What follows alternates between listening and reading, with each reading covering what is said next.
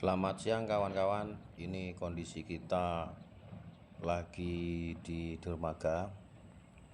Ini kapal muatan brondol sawit yang akan dikirim ke pabrik kelapa sawit khusus brondol.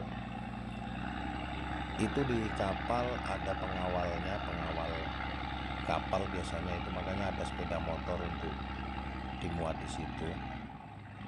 Ini kondisinya dermaga kelapa sawitnya sangat indah teman-teman ya. Nah, itu sekarang lagi persiapan berangkat untuk Kapal closing lepas dulu. landas.